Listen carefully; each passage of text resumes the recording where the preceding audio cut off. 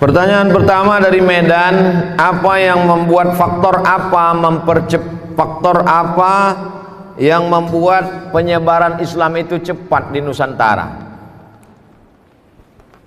Tradisi orang Melayu kalau membuka hutan, mau bertanam padi, mau bercocok tanam, itu hutan itu disemah dulu. Orang Riau tahu disemah. Disadakan sajen sesembahan untuk jembalang tanah hantu-hantu penjaga hutan. Hai hantu segala hantu, tolong nanti angin ini jangan kencang supaya apinya yang terbakar ke sana. Tolong nanti maka dipotongkanlah di situ kepala kambing. Dipotong kambing lalu digali tanah, dimasukkanlah kepala kambing. Jadi kalau ulama itu dulu datang membawa parang panjang lalu mengatakan ini syirik, ini adalah haram, mungkin hari ini orang Riau tidak menyembah Allah tapi masih menyembah hantu, karena dai-dai itu akan mati. Lalu bagaimana metode yang dipakai ulama dulu? Datanglah ulama ke Siak, lalu melihat orang Melayu masih memotong kepala kambing masuk ke dalam, ditanya, apa yang kau masukkan ke dalam tanah itu? Kata orang Melayu, aku memasukkan kepala kambing. Oh, masukkan aja darahnya ke dalam.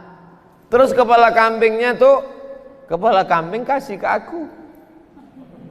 Itulah asal muasal kepala kambing dikasih ke ustadz kalau kenduri. Maka kalau antum kenduri, acara akikah, acara walimah di Riau ini, ustadz pasti dikasih kepala kambing.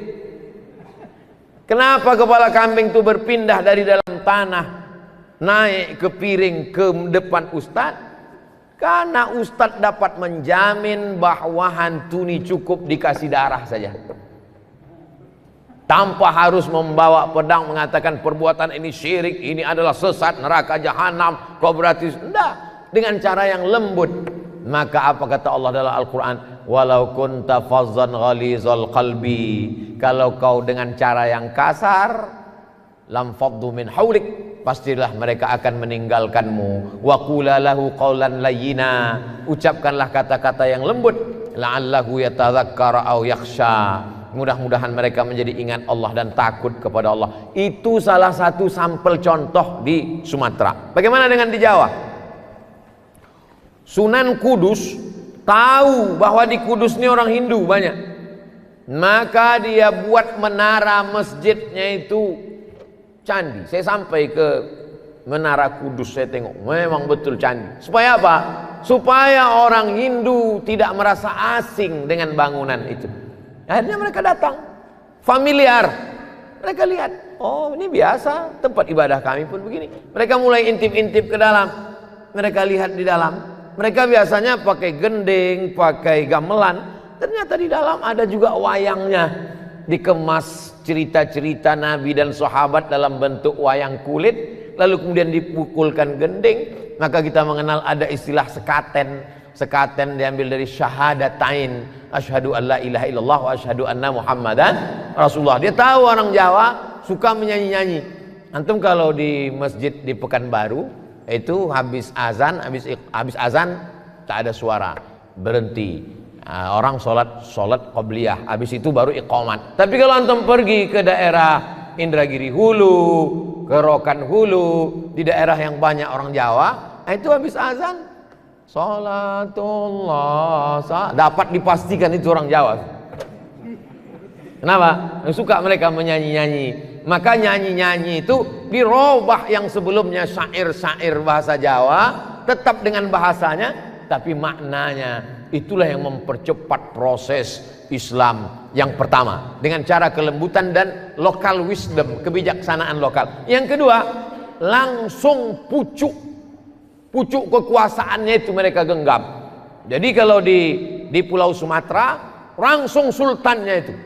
Maka dalam teori sosiolog Abdurrahman Ibn Khaldun, ar-ra'iyah ala dini mulukihim, rakyat mengikut agama raja-rajanya. Kalau sudah raja itu sholat, sampai ke bawah sholat. Kalau sudah raja itu ke masjid, semuanya. Maka hampir semua raja-raja Melayu itu, Raja Minangkabau, Raja Aceh, Islam. Bagaimana dengan di Jawa? Begitu juga Wali Songo menempel ke raja-raja bangsawan-bangsawan Jawa, maka kita kenallah raja-raja Demak, Masjid Demak, Sultan Demak. Mereka Islam lewat kekuasaan.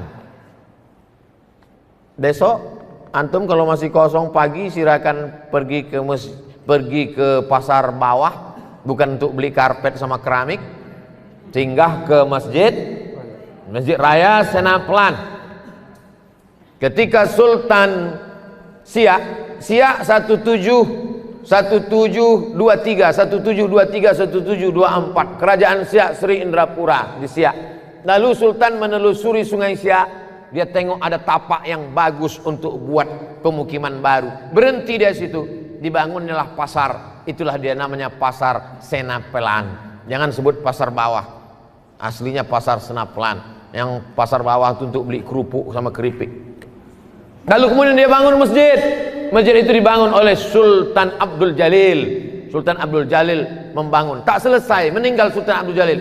Dilanjutkan oleh anaknya, namanya Sultan Muhammad Ali Abdul Jalil. Sultan Abdul Jalil punya anak perempuan cantik jelita, namanya Tengku Embong.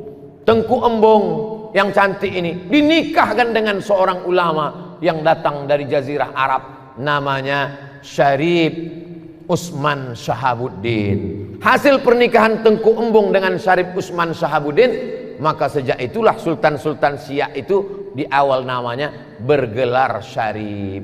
Sultan Syarif Qasim. 3. Jalan Sultan Syarif Qasim, Universitas Islam Sultan Syarif Qasim, dan airport Sultan Syarif Qasim. Dulu antum kalau datang ke Riau, ladies and gentlemen, kita akan turun ke airport Simpang 3. Dirobahlah pada masa Presiden Abdurrahman Wahid, Kiai Haji Abdurrahman Wahid berikan kata sambutan. Ini sudah tepat namanya airport Sultan Syarif Qasim. Masuk airport Simpang 3 kayak tempat becak katanya. Sultan Syarif Qasim. Artinya apa?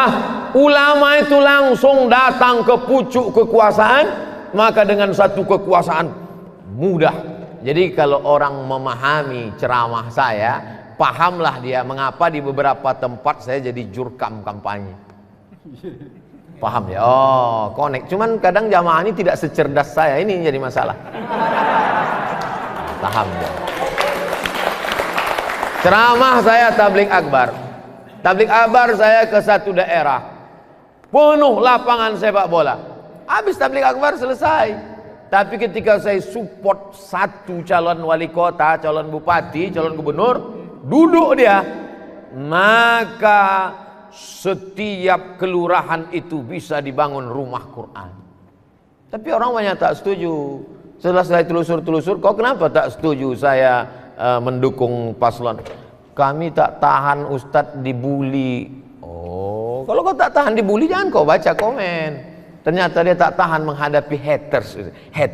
Haters itu bahasa Inggris, bahasa Arabnya syaitan.